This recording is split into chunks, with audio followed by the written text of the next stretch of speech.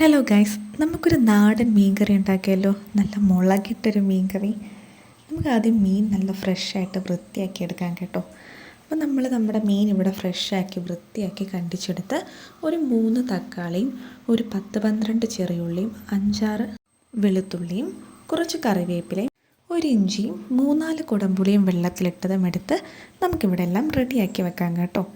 ഇനി നമുക്കൊരു ചട്ടി ചൂടാക്കി അതിലേക്ക് നമുക്ക് നല്ല നാടൻ വെളിച്ചെണ്ണ ആവശ്യത്തിനൊഴിച്ച് അത് നന്നായി ചൂടായി വരുമ്പോൾ അതിലേക്ക് 2 വറ്റൽമുളകും കൂടെ ഇട്ട് കൊടുക്കാം. വറ്റൽമുളകുമായി എണ്ണയിലിട്ട് നന്നായി ഒന്ന് ചൂടായി വരുമ്പോഴത്തേക്കും നമുക്കതിലേക്ക് അരിഞ്ഞു വെച്ച കൊച്ചുള്ളിയില്ലേ, അതും കൂടെ ഇട്ട് കൊടുക്കാം കേട്ടോ. ഇനി കൊച്ചുള്ളി ഈ എണ്ണയിലിട്ട് നന്നായി വഴണ്ടെടുക്കണം. നല്ലൊരു ഗോൾഡൻ കളർ ആവുന്നിടം വരെ നമുക്ക് ഈ കൊച്ചുള്ളി എണ്ണയിലിട്ട് നന്നായി വഴറ്റിയെടുക്കാം. ഒരു 2 മിനിറ്റ് കൊച്ചുള്ളി ചട്ടിയിലിട്ട് നന്നായി വഴറ്റിയെടുത്ത് ചെറിയ രീതിയിലൊരു ഗോൾഡൻ കളറാകുമ്പോൾ നമ്മുടെ അരിഞ്ഞു വെച്ച വെളുത്തുള്ളിയും ഇഞ്ചിയും കൂടെ ഇതിലേക്കിട്ട് ഇതും നമുക്ക് നന്നായി വഴറ്റിയെടുക്കാം. ഇതൊരു അത്യാവശ്യം വാടി വരുമ്പോഴത്തേക്കും അരിഞ്ഞു വെച്ച തക്കാളിയും കൂടി ഇതിലേക്കിടാം. തക്കാളി ആദ്യമേ ഇടേണ്ട ആവശ്യമില്ല കേട്ടോ. തക്കാളി ഇട്ട് ഒരിതൾ കറിവേപ്പിലയും കൂടി ഇതിലേക്കിട്ട് ഇതും കൂടി നമുക്ക് നന്നായി എണ്ണയിലിട്ട് നല്ല മൂത്ത് വരുമ്പോഴത്തേക്കും നമുക്ക് നമ്മുടെ അരപ്പ് റെഡിയാക്കാം.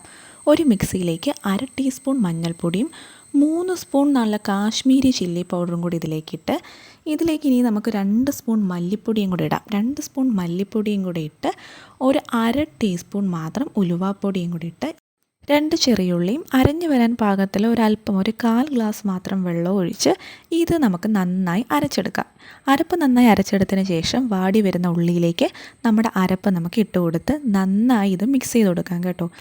അരപ്പിൻ്റെ പച്ചമണം മാറുന്നത് വരെ ഒരു 1.5 മിനിറ്റ് നമുക്ക് ലോ ഫ്ലെയിമിൽ ഈ അരപ്പ് നന്നായി മിക്സ് ചെയ്തുകൊണ്ടിരിക്കാം കേട്ടോ. ചൂട് കൂടാതെ നോക്കണം. ഇത് നന്നായി മിക്സായി വരുമ്പോഴത്തേക്കും ഇതിലേക്ക് നമ്മൾ നേരത്തെ തയ്യാറാക്കി വെച്ച കുടംപുളി ഇട്ട് വെച്ച വെള്ളമില്ലേ, ആ വെള്ളവും കൂടി ഇതിലേക്ക് ഒഴിച്ച് അതിലെ പുളിയും കൂടി ഇതിനകത്തേക്കിട്ട് അതും നന്നായി മിക്സ് ചെയ്തെടുക്കാം. മിക്സ് ചെയ്തെടുത്തതിന് ശേഷം ആ ഒരു വെള്ളവും ചെറുതായി തിളച്ച് വരുമ്പോഴത്തേക്കും അതിലേക്ക് നമുക്ക് നമ്മുടെ അടുത്ത ഇൻഗ്രീഡിയൻറ്റും കൂടെ ആഡ് ചെയ്ത് കൊടുക്കാം കേട്ടോ. അടുത്ത ഇൻഗ്രീഡിയൻറ്റ് ഏതാണെന്ന് പറഞ്ഞില്ലല്ലോ, നമ്മുടെ സ്വന്തം തേങ്ങാപ്പാലാണ് കേട്ടോ. അത് തേങ്ങാപ്പാലും കൂടി ഇതിലേക്ക് നന്നായി ആഡ് ചെയ്ത് കൊടുത്ത് മിക്സ് ചെയ്യാം. ഒരു ഗ്ലാസോളം തേങ്ങാപ്പാലുണ്ട് കേട്ടോ. ഇത് നന്നായി മിക്സായി വരുമ്പോഴേക്കും നമുക്കിതിലേക്ക് ആവശ്യത്തിന് വെള്ളവും കൂടെ ഒഴിച്ചു കൊടുക്കാം. ഞാനിവിടെ 1 ഗ്ലാസ് വെള്ളമാണ് കേട്ടോ ഒഴിച്ചു കൊടുക്കുന്നത്. നിങ്ങളുടെ ആവശ്യത്തിനനുസരിച്ച് വെള്ളവും കൂടെ ഒഴിച്ചു കൊടുക്കാം. അതിനുശേഷം 1 ടീസ്പൂൺ ഉപ്പാണ് കേട്ടോ ഇവിടെ ഞാൻ ഉപയോഗിക്കുന്നത്. ഓരോരുത്തരുടെയും ഉപ്പിൻ്റെ അളവിനനുസരിച്ച് ഉപ്പും കൂടെ ഇട്ട് നന്നായി തിളച്ച് വരുമ്പോഴത്തേക്ക് നമ്മുടെ മെയിൻ ഐറ്റമായിട്ടുള്ള മീൻ ഇതിനകത്തേക്ക് ഇട്ട് കൊടുക്കാം കേട്ടോ. നന്നായി തിളച്ച് വരുമ്പോഴേ നമ്മൾ ഇതിനകത്തേക്ക് മീൻ ഇടാറുള്ളൂ. ആദ്യമേ മീൻ ഇടില്ല. നന്നായി തിളച്ച് വരുമ്പോൾ നമ്മൾ കഴുകി വൃത്തിയാക്കിയെടുത്ത മീനും കൂടി ഇതിലേക്ക് ആഡ് ചെയ്ത് കൊടുക്കാം. ഇനി ഇതധികം ഇളക്കാതെ നമുക്ക് അടച്ച് വെച്ച് ഒരു 3-4 മിനിറ്റ് ഒന്ന് വേവിച്ചെടുക്കാം കേട്ടോ.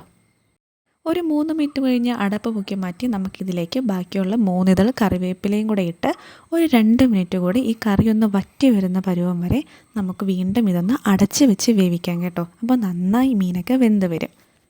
അങ്ങനെ നമ്മുടെ തനി നാടൻ സ്റ്റൈൽ മുളകിട്ട മീൻകറി ഇവിടെ റെഡി ആയിട്ടുണ്ട് കേട്ടോ. നല്ല എണ്ണയൊക്കെ തെളിഞ്ഞ് നല്ല ചുമന്ന് നല്ല മീൻകറി ഇവിടെ റെഡി ആയിട്ടുണ്ട് കേട്ടോ.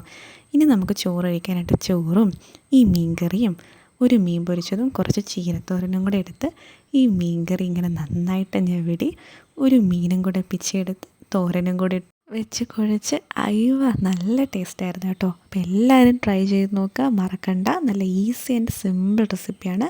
നല്ലൊരു സൂപ്പർ മീൻകറി ഇവിടെ റെഡി ആയിട്ടുണ്ട്. അപ്പോൾ ഓക്കെ, താങ്ക് യു. സബ്സ്ക്രൈബ് ചെയ്യാത്തവർ ചെയ്യണേ, മറക്കല്ലേ. Okay, by.